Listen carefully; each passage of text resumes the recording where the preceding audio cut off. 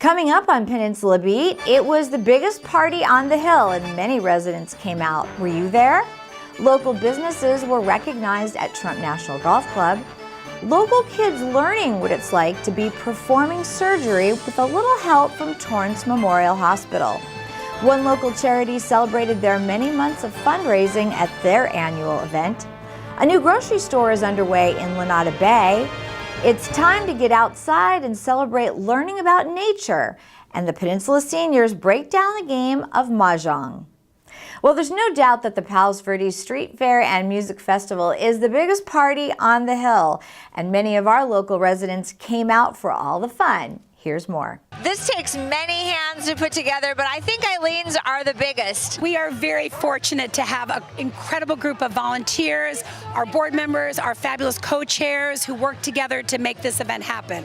You know, it's been such a beautiful day so far. I mean, so many people come here. 30,000 people from all over the South Bay to come to our little street fair. That's pretty amazing. It is pretty amazing. And as you know, Maria, this is our 30th year. Yes. So we're very excited. We started in 1987. Is that crazy? Yeah. But I just love the feeling of community that we get at this event, from the little kids to the grandparents and everybody in between. It's such a wonderful way to kick off summer. I think it's become a great tradition on the peninsula. I'm very happy to be here. We've come here over the years many times. I got a young family, 2 daughters, and they love it. They're actually running around here right now. One daughter actually has a booth. But many fond memories. I remember 2, 3, 4 years ago eating those fried Twinkies and fried Oreos and not feeling too good all the way home. But it's an awesome event. This is, the peninsula is very much about family, and it brings the community together. We got 4 cities on the hill, and you do see neighbors. I just saw Anthony getting kissed by some nice young lady, so we won't talk about that. Really? Saying hello. Well, okay, is that one way to put me on the spot, or what? Hey, I'm just a friendly guy. What can I say? No, I'm going to just briefly say ditto to everything that Jerry has said. I mean, look at Jerry, how impeccably dressed he is. He is really a great representative for Rancho Palos Verdes. I'm a little bit more casual, but that's why I'm kissing the ladies. Nancy, tell us what's going on here at the Rancho Palos Verdes booth and what people can win today at the street fair. Well, people can come to the Rancho Palos Verdes Recreation and Parks booth, and they can spin the wheel. Everybody likes that, don't they? They like to spin the wheel. Woo! Okay, there we go. And you can, if it lands on the mystery box, say you reach into the mystery box and you pull out something fun. Okay. Like, I'm not going to tell you, okay. Or it says Frisbee, so you could win a Frisbee. Okay. Or you could win one of the grocery bags. We have a lot of different options of those. We also have information. This is our summer activity guide, and there's a ton of programming. There's all kinds of special events. Of course, July 4th fair. And that's a big one. That is where? At City Hall? That's at City Hall. That's 11 to 5. A full day of nonstop fun is what we like to say. And then we, of course, have a lot of recreation classes. We've got story time programs and just a lot of other things that are really fun. But check this out. This is online, and if you live in Rancho Palos Verdes, it's going to be mailed to you. It's an insert in the summer city newsletter. And as Nancy Silver just reminded everyone, the city of Rancho Palos Verdes will host their annual 4th of July celebration, so plan to come down and join us for all the fun. The Palos Verdes Peninsula Chamber of Commerce celebrated business at their annual Salute to Business Awards lunch at Trump National. Many local residents and city leaders were there to support the local business and talk about the importance of local first. I really look at the job creators or the local businesses and the people who shop at those businesses. I mean, they're the job creators. They're so important for us, for our local community. They're the fabric of our community, the people that take care of us. And we're so glad to have this here on the peninsula in our city. And really happy to have the Chamber's event here. Everybody knows each other. It's always great to get together, and it's great to celebrate the work that we do for each other. It's definitely a community that people look out for each other. The city of Rancho Palos Verdes started out as a bedroom community with very little business, and ironically, like in the early 1980s, the city took on the Western Avenue corridor in the hopes that it would increase the business environment. Well, isn't it coincidental that actually the biggest business environment has become right here in the heart of Palos Verdes, and here we are at Trump National. We are very blessed in this city, but small business, of which I am a small businesswoman, small business is really key to success of people connecting, and this is one of the best opportunities the Chamber of Commerce offers for people to really connect through their businesses, because everybody needs something during their life, and why not use your local vendor? I do everything I can to try to promote the chamber and local first, and the way for us to all communicate and reach out to one another is going to be through this chamber, and that's why local first is so important.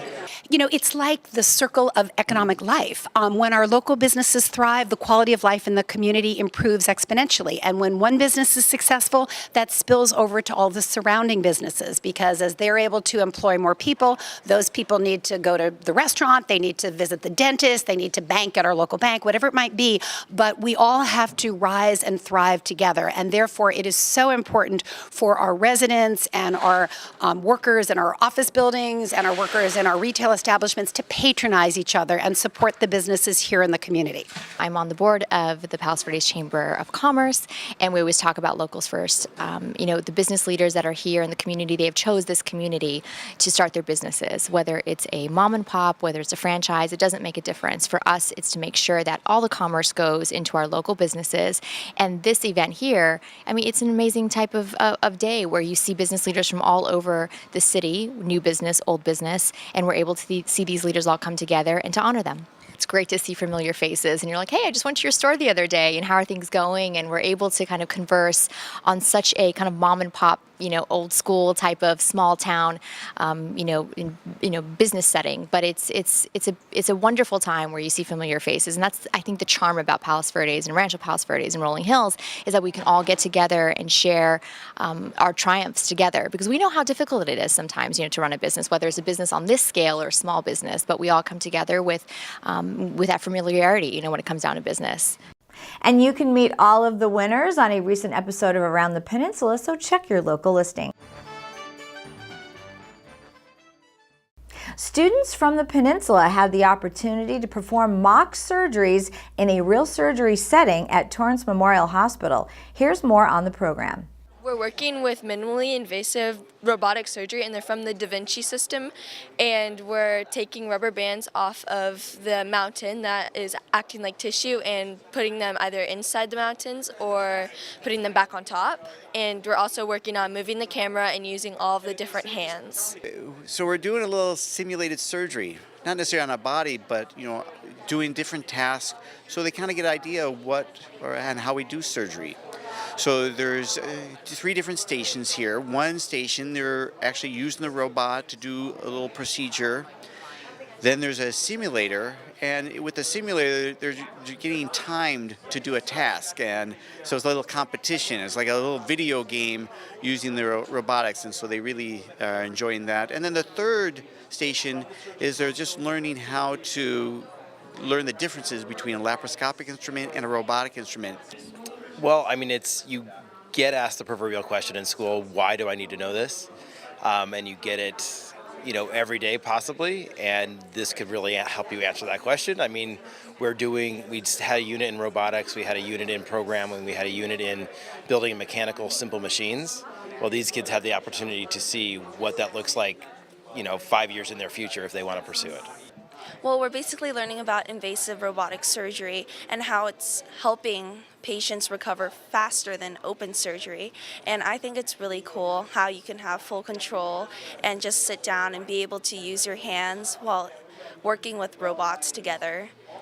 Well, for the Da Vinci machine we worked with, you put your hands in sockets and you get to use your wrist motion and actually turn your wrists more because you have robotic assistance. And I think it's just really neat how you got to do that. So with like the actual robot, we just like worked on moving rubber bands and just like, I mean, getting a feel for what it's like doing surgery on actual patients, which was just incredible. I mean, it's just the doctors seem like they would have a lot of fun working with the machines, and yeah. I think the laparoscopic surgery that we did was more complicated than the robotic surgery because in robotic you have full range of motion in your wrist. In laparoscopic, the poles that you use are more stiff and you can't really move your hands as much as you would want to. Well, it's the same machine that we use. It's just that they're not working on a human. They're working on a little task. So, I mean, they're doing great. They're all excited. It's just to see them smiling and to doing these things and just learning a little bit about robotics from their class and then just seeing how it really works and getting some hands-on experience. I think it's just great for them. The PV Junior Women's Club gathered for their annual disbursement ceremony. The group raises money twice a year for many worthy charities. I had a chance to sit down with two of them, the LA Challenge and the Pediatric Therapy Network, who had a very special ambassador who attended the event. Here's more. For all of the women in PV Juniors, that's what we're here for. I mean, we can go to the events and we maybe get donations and give, but it's giving back to the community and really seeing the recipients. Part of it also is we do have some hands-on activities where we actually get to go to the different philanthropies and do some work with them. So we really get to see where our money goes, and it is a very rewarding experience. Tell us about your program tonight and how it sort of works. So our program tonight is we do have 12 philanthropies we will be dispersing money to, our funds to, and they will be coming in, and most of them actually will be coming with a client from their philanthropy, and we'll talk about their story and their journey and what PV Juniors funding has done for them. So we're really excited about it. The Los Angeles Challenge is a scholarship organization, and we focus on trying to find young people who are economically challenged in their families, but who are highly motivated to break that cycle of poverty through education. And so we help provide scholarships for kids that are achieving well and who need the help to go to private schools in situations where the public schools aren't helping them. We started in 2002 with no money and no kids, and thanks to a very generous starting grant from the PV Junior Women's Association, we were able to start building some scholarships for some kids, mostly in the South Bay, who probably would have ended up in gangs or as teenage pregnancies, and instead we helped foot the bill for them to go to private schools in the area from 5th or 6th grade roughly all the way through the end of high school. Sometimes students actually find us. We had one student who just graduated a couple weeks ago from Loyola Marymount who found us. She had no parents. Her dad was not in the picture, and her mom passed away and made her promise on her deathbed to always do her best. And when she was at one of the public high schools, the other students were acting up during a standardized test, and the teachers wouldn't support her in finding a quiet place, and she said, no, I have to do my best. And that was the catalyzing moment for her to go find a school where she could always do her best like she promised her mom. And this girl took 2 buses from San Pedro all the way to Bishop Montgomery. We paid part of the scholarship for her to go there. The school, Bishop Montgomery, paid part of it. And this young lady kept a 4.0 GPA while taking buses to and from school and not having any parents. And she's graduated from college now. It's just a great, great situation. Pediatric Therapy Network is possible because of donations. We're very much a wraparound and a medical home for our clients with disabilities. So when we saw the need, we added social skills programs.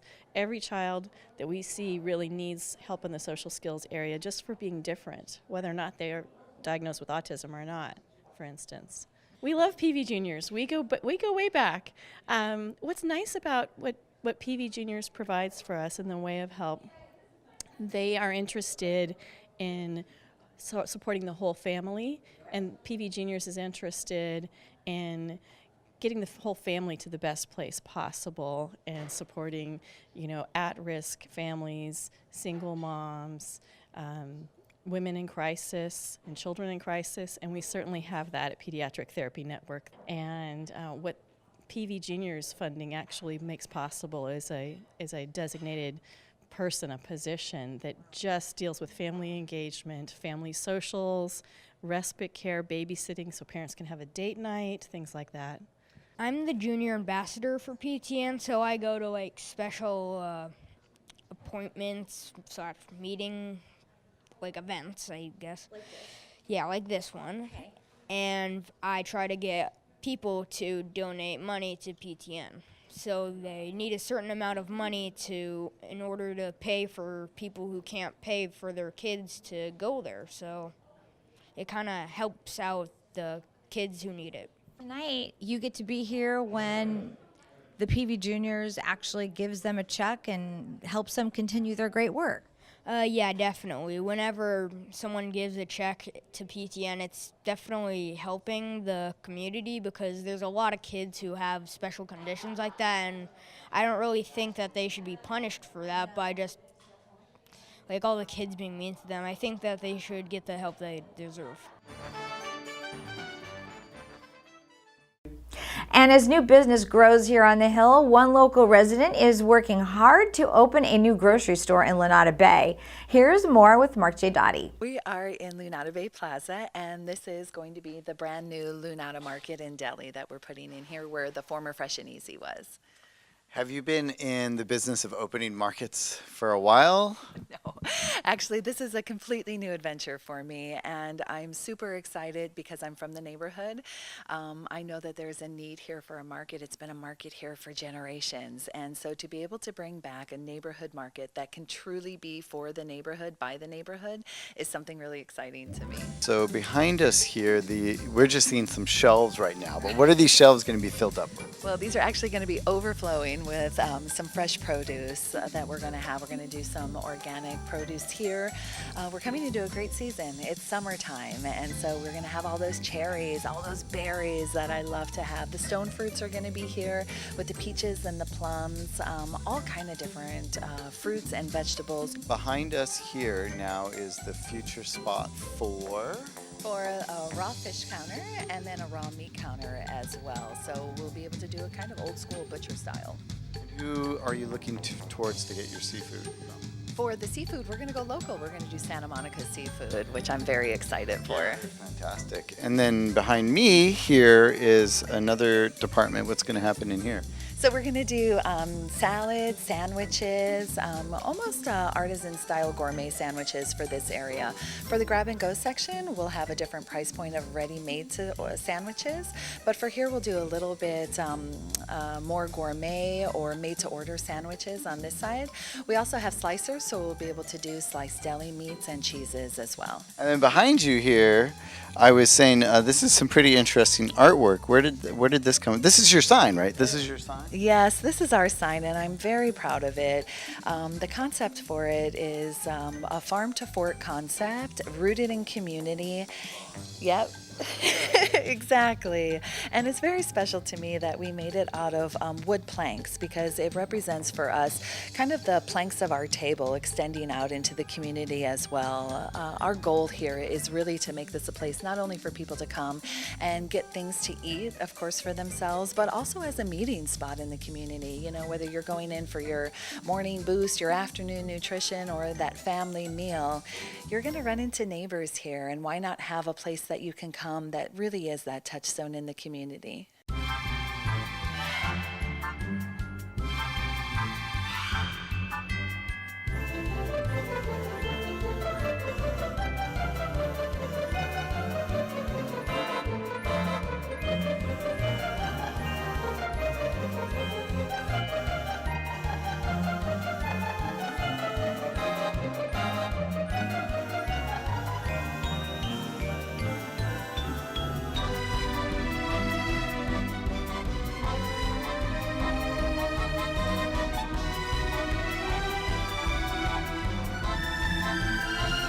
I think that we can open by the end of June. Do you have a website or social media? Yes, please. We're all over social media, so you can visit us anywhere. www.lunadamarket.com, and you can look us up on Facebook, Twitter. We're also doing some great recipes on Pinterest. We're linked with some great chefs here, and we're excited to share some of the knowledge that we have. And when we come back, it's an adventure in learning for these local kids. And do you know how to play the game of Mahjong? We're going to tell you how. Don't go away. my throwing away a shirt or a shoe or a sock or anything that you're throwing away, you cannot visualize how that comes back into the system. If people don't understand that visual, then they're not going to recycle.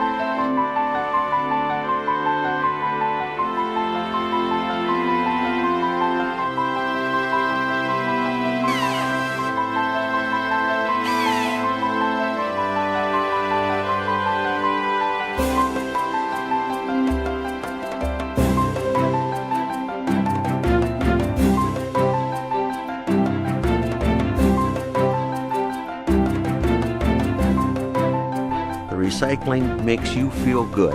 It's a reward to you. It does it for you, doesn't it?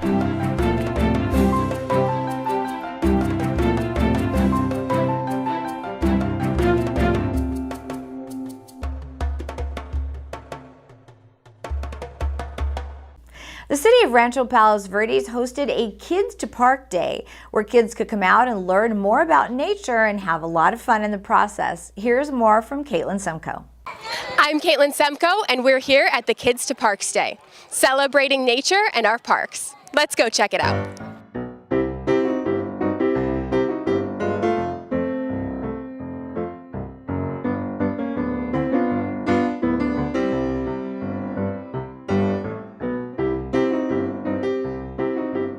Well, this event is called Kids to Parks Day. It's an annual, holiday.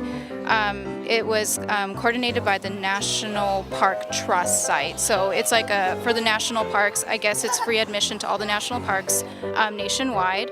And the city decided to celebrate this holiday by kind of incorporating parks, hiking, open space, something that's educational as well. And I'm also really excited about, we made like a fake campsite where kids can go in and find what's wrong with the campsite. So it also kind of teaches you, like, if kids go camping, they know, oh, this is wrong. Like, it's basically an educational thing. And we decided to have arts and crafts, so we kind of incorporated art in it as well. This year we decided to hire Critter Squad to come down, and they brought wild boars, lizards, and there's also 2 representatives from the company so they can give people information and I guess interpretive information about the animals if anyone has any questions about it. So this is Stanley, and Stanley is a ball python. These guys are native to Africa.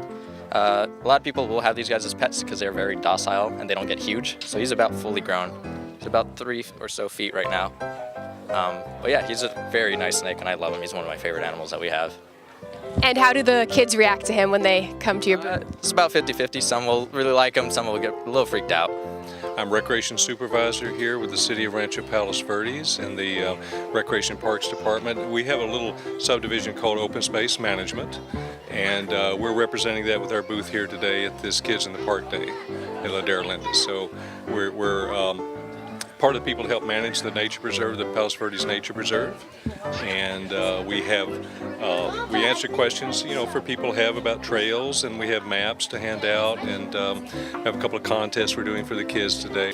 What we have going on is face painting by 2 young ladies who are in AP art, at one of the local high schools, and they volunteered to come and get some volunteer hours and share their skills with us. And then we have we have large wooden critters that they can paint and put glitter on if they want to. We have clay pots, and they put dirt in that, and they decorate the pots.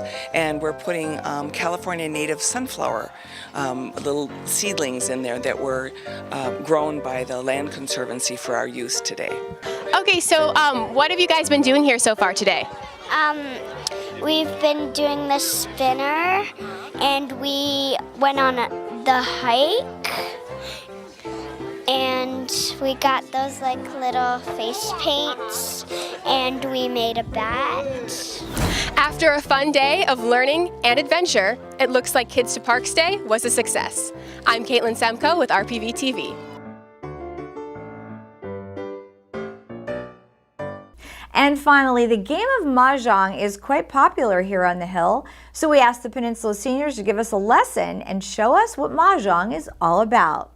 For people that might want to learn how to play it, would you say that it's an easy game to learn, or how long does it usually take you to pick it up? Very easy, especially if you have some card sense or have played gin rummy. And if you just don't get too intimidated by the terminology to begin with. We had a friend who was just totally intimidated by it, said she couldn't learn to play. And we said, well, don't worry about it. Just, you'll catch on. It'll come to you later. It seems like everybody's having a really good time, and it's very fun. Yeah, it is. We love it. So some of us play here on Monday, and we also play on Wednesday. And then I still have my private group that I get with once a week, and we rotate homes. So you're pretty hardcore. I guess. I just retired 3 years ago, so yeah, it's been great. And plus, I guess it's really a great way to meet new friends too. Yeah, it is. And one of my friends that I started playing with, we would get together in our homes, and then she said, well, I don't feel like going home and fixing dinner for my husband. So she said, why don't we invite the men to come over after we play? So we started doing that, and so we've been doing that now for over 2 years. It's been fun, a lot of fun. You need 4 people to play, or how does that work? You can play with 3. See, I'm absent from that table over there right now, and they can still play without me. But you can't play with 2. You have to have 3 or 4. So these are the traditional Chinese tiles, and you can find these in Chinatown everywhere, and they're about $35. But if you want some that are smaller, then it's more difficult to find them. You might have to go online or really look around in Chinatown and ask everybody, every shop you go into. But we play Chinese Mahjong here. There's the American style, there's lots of different styles. But we play Chinese Mahjong, and the simplest, I believe, to learn. And there are different rules, but we all play by the same rules since we play at Hess Park and through the Senior Center here. And we have a list of the rules, and we have instructions on learning the game. You can take this with you, so you can join us maybe. Okay, now, in watching everybody play, some of the ladies have said it's kind of like gin rummy with tiles, yes? Yes. Yeah, very much. So it was pretty easy for me to pick it up because I had played gin rummy before. And the idea is to go out first. And to go out first, you have to go out with sets or runs or 3 of a kind. And then you have to have 14 tiles to go out. When you're originally, these are the walls that you set up. And you'll have someone who's designated to be the banker. Okay. And these are all terms that you just become more familiar with. And somebody designated to be the dealer. And the dealer starts dealing out the tiles by dealing out 4 here, 4 there, 4 there, and 4 here. And continues until everybody has 13. You do 12 and then 1, 1, 1. Mentioned that you've only been playing for 3 years. Is this an addictive kind of a thing once you get started? I love it. Yeah, I think so. And I have friends who were bridge players before, and they say they like playing Mahjong better than bridge because you don't have to have a partner. Okay. You just show up and you're only responsible for yourself, not what your partner does or what you don't do to please your partner in some cases. And if you would like to learn the game of Mahjong, you can check it out at the Peninsula Seniors. And that will do it for us from everyone here at RPV TV. Make it a great day.